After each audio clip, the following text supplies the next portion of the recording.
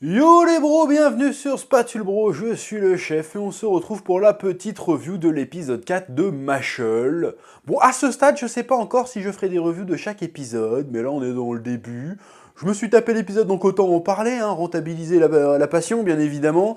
Alors, un quatrième épisode, plutôt intéressant dans l'ensemble, mais qui au début m'a fait douter. Bon, on reste évidemment dans la parodie évidente d'Harry Potter avec le match de Duello, c'est pas fait chier pour le nom, c'est un espèce de Quidditch, hein, avec des règles plus simplifiées, où Mashle est dans la merde parce qu'il peut pas, il a pas de magie, donc il peut pas faire voler de balai, mais au final il arrive à faire voler son balai quand même, en sautant haut et en battant des jambes.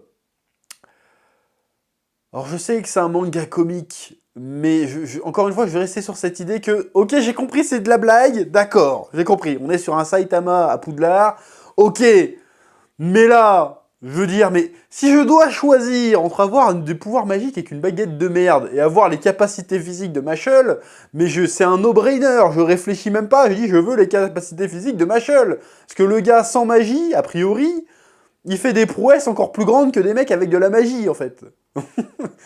J'en ai à foutre d'avoir un balai si tout ce que j'ai à faire c'est battre des pieds dans les airs pour voler en fait. C'est absurde. C'est beaucoup plus. C'est tout aussi magique en réalité. C'est tout aussi merveilleux, c'est tout aussi fantastique ce qu'il est en train de faire. Donc il a des prouesses. En fait, admettons qu'il découvre qu'il a pas de magie. Mais le gars est quand même capable de faire des putains de prouesses de psychopathe en fait. Donc ça change quoi? Il est tout aussi incroyable que le reste des gens en fait, si ce n'est plus. Donc le concept est un peu débile en soi, mais après c'est dans le principe, c'est censé être débile. Bon, du coup il s'en sort, et il fait des méga lancers dans l'anneau, et puis en fait, avec un effet, la balle revient vers lui, bon personne essaye de le dribbler, il va savoir pourquoi, et le gars marque 1000 points d'affilée comme ça en 5 minutes, et voilà, ils ont gagné, et il fait bon, c'était pour le gag, c'était pour le sketch, maintenant je ne jouerai plus jamais au duello, je m'en bats les couilles, ça m'intéresse pas. Bon, d'accord. Bon, après, non seulement c'est un espèce de One Punch Man à Poudlard, mais c'est aussi l'univers d'Harry Potter, on va dire, mais avec les clichés de shonen qui se passe dans un lycée. C'est-à-dire que t'as le personnage, t'as le héros un peu taciturne, tu vois. T'as le mec vachement joué, le gars qui fait du duello, là, qui arrête pas de motiver Mashle et tout. T'as la petite fangirl. T'as le mec un peu réservé, un peu timide. T'as un peu tous les clichés de ça, et puis là, t'as un nouveau cliché qui apparaît dans cet épisode. J'ai oublié le nom du gars avec sa double marque, je suis désolé. Il arrive, et lui, c'est le cliché un peu du rival. Tout de suite, on le voit venir.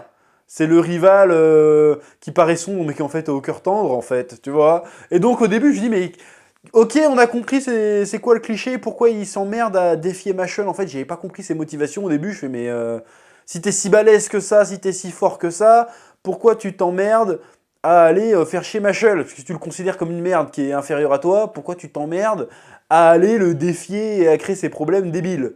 Pourquoi? Parce qu'en plus même c'est débile, il fait ouais, le seul moyen de faire des duels c'est de miser des pièces et on peut faire des duels de magie officiellement sans avoir de problème. Donc du coup je te défie, mais par contre je vais quand même enfermer tes potes dans une bouteille parce que et menacer de les écraser avec, parce que voilà. Donc ça c'est pas contre les règles. Menacer ses camarades, leur jeter des sorts, ça va. Tu respectes les règles que pour avoir les pièces, mais pas pour le reste. C'est un petit peu débile aussi, mais bon, je chipote. Au début, je dis, mais c'est quoi le but là du délire? Et je me dis, putain, j'espère que Mashle, ça va pas être ça tout le long, parce que je me dis, merde, là c'est un peu vide de sens, c'est juste des sketchs sur sketch sur sketch, on s'emmerde un petit peu. Mais c'est là que l'épisode m'a surpris, l'épisode m'a pris au dépourvu, et c'est là qu'on découvre en fait que le rival, je vais l'appeler comme ça, hein, le rival à deux marques, a en fait une petite sœur qui est atteinte d'une maladie qui va la priver de magie d'ici les 5 ans. Et du coup, les parents ils acceptent, genre, oh, bah dans 5 ans, elle aura plus de magie, du coup, on va la livrer au gouvernement et ils vont la buter. Et la mère a fait, oh, je regrette de l'avoir mise au monde et tout, oh la pute. C'est même pas la pauvre, c'est genre. Tu sais, imagine, t'as un gamin, il a une leucémie, tu fais, ah, pourquoi j'ai accouché d'un gamin malade? Allez, fous-moi ça dehors. C'est terrible de faire ça, enfin, c'est des bâtards. Et du coup, en fait, on se rend compte que le rival a certes des méthodes un peu douteuses, mais c'est parce qu'il est animé d'une mission, animé d'une bonne intention à la base, c'est qu'il veut devenir un élu divin. pour pouvoir renverser un peu l'ordre établi et permettre au sans magie de vivre normalement aussi, pour que sa sœur puisse échapper à la potence, à l'exécution, à je sais pas trop quoi. Et du coup là j'ai compris, ah d'accord, du coup il a été chercher Mashle pour lui piquer sa pièce d'argent pour pouvoir accéder plus facilement au niveau des Ludivins. Et tout a fait sens d'un coup, en fait, parce qu'au début je comprenais pas, c'était vraiment juste dans le cliché du méchant qui arrive, qui a pas vraiment de motivation, mais qui dit juste... Parce que jusqu'à présent c'était ça Mashle, chaque fois qu'il croise un méchant, c'est juste... non mais moi je suis meilleur parce que je suis né dans telle famille, de telle bidule, j'ai tel privilège par rapport à toi, je suis d'une classe supérieure, donc je vais te martyriser. J'avais peur que ça soit encore ça. Et en plus, peut-être que c'était fait exprès, si c'est fait exprès c'est plutôt intelligent, parce qu'on utilise le truc, ouais il a 2 marques, se dire qu'il est supérieur encore, c'est un mage plus, favorisé par la magie, donc j'avais peur que c'était encore cette histoire de caste qui revenait. J'imagine qu'il va revenir fréquemment dans le manga, mais que ça tout le temps, ça commence à être un peu sans autres trucs derrière que ce truc-là, de cette lutte des classes chelou. C'était un petit peu redondant à la longue, mais en fait non. J'ai été surpris et ça parlait d'autre chose en fait. Même si ça parlait toujours de ça, mais ça l'a fait de manière plus intelligente et plus subtile que les autres fois, je trouve. C'est ce que je suis en train de te dire, est clair. Et du coup, l'épisode m'a raccroché à ce moment-là. Je fais ah, ça c'est intéressant parce qu'à un moment donné, vu que ça va être le rival, j'imagine qu'il y a le personnage récurrent ce mec-là. J'imagine qu'à un moment donné, il va bien se rendre compte que Mashle n'a pas de pouvoir. Ça va être super intéressant, parce que du coup, il va dire « Ah, on est alliés, du coup, vu qu'on a le même objectif !» Donc ça peut être pas mal. Ça peut être intéressant. Ça plante des germes pour la suite, qui pourraient être très intéressants, si tant est que ça soit bien exploité, que ça soit bien amené. Bon, le combat en lui-même, bon, là, il a un pouvoir, il peut augmenter la gravité. Et là, pareil, le Mashle, il te fait un truc, mais... Je veux dire, c'est... Mais qui c'est... En fait, lui dire qu'il a pas de magie... À la base, c'est censé être un handicap. C'est comme dans My Hero Academia, si tu veux. Dans My Hero Academia, Midoriya n'a pas de super pouvoir.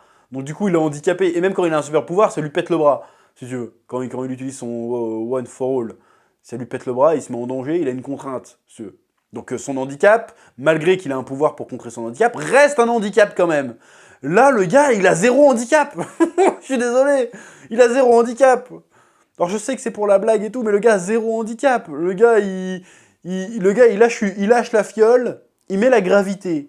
Donc normalement, en 1 seconde, elle est par terre. Non, le gars, il a le temps de s'échauffer, il bande ses muscles, et il part vitesse Mach 2, il se téléporte comme Sangoku. Il arrive, oh c'est bon, je l'ai eu en fait. Donc en fait, qu'est-ce que t'en as à foutre que t'aies pas de magie en fait. T'es invincible, fils de pute. Qu'est-ce qu'on s'en fout que t'aies pas de magie en fait. Encore une fois, je vais bloquer là-dessus, mais c'est pas, je veux dire, il a pas d'handicap. En fait, il a même un avantage. Ça serait même trop cheaté qu'en plus il ait de la magie, en fait. C'est un peu stupide. Je pense qu'au bout d'un moment, il va falloir que le...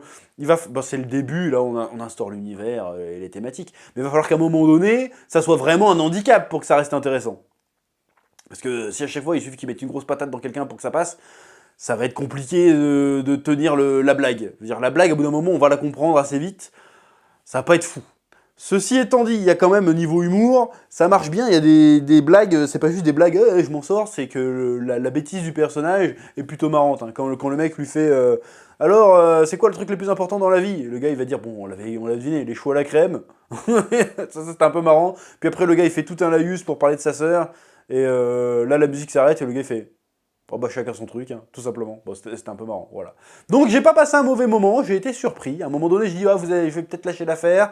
Puis arrivé vers la moitié de l'épisode, j'ai fait ah, finalement c'est plutôt intéressant. Donc on va voir si ça va continuer sur cette lancée et on en parlera sur la chaîne le cas échéant. C'est à peu près tout ce que j'ai à dire sur Mashle pour le moment, pour l'épisode de cette semaine. Comme d'habitude, je vous laisse le soin de mettre un petit pouce bleu, un petit commentaire, ne serait-ce que pour le référencement, ça fait plaisir. Et je vous dis à très bientôt sur Spatule Bro pour de nouvelles vidéos. Que la passion vous guide. Oui.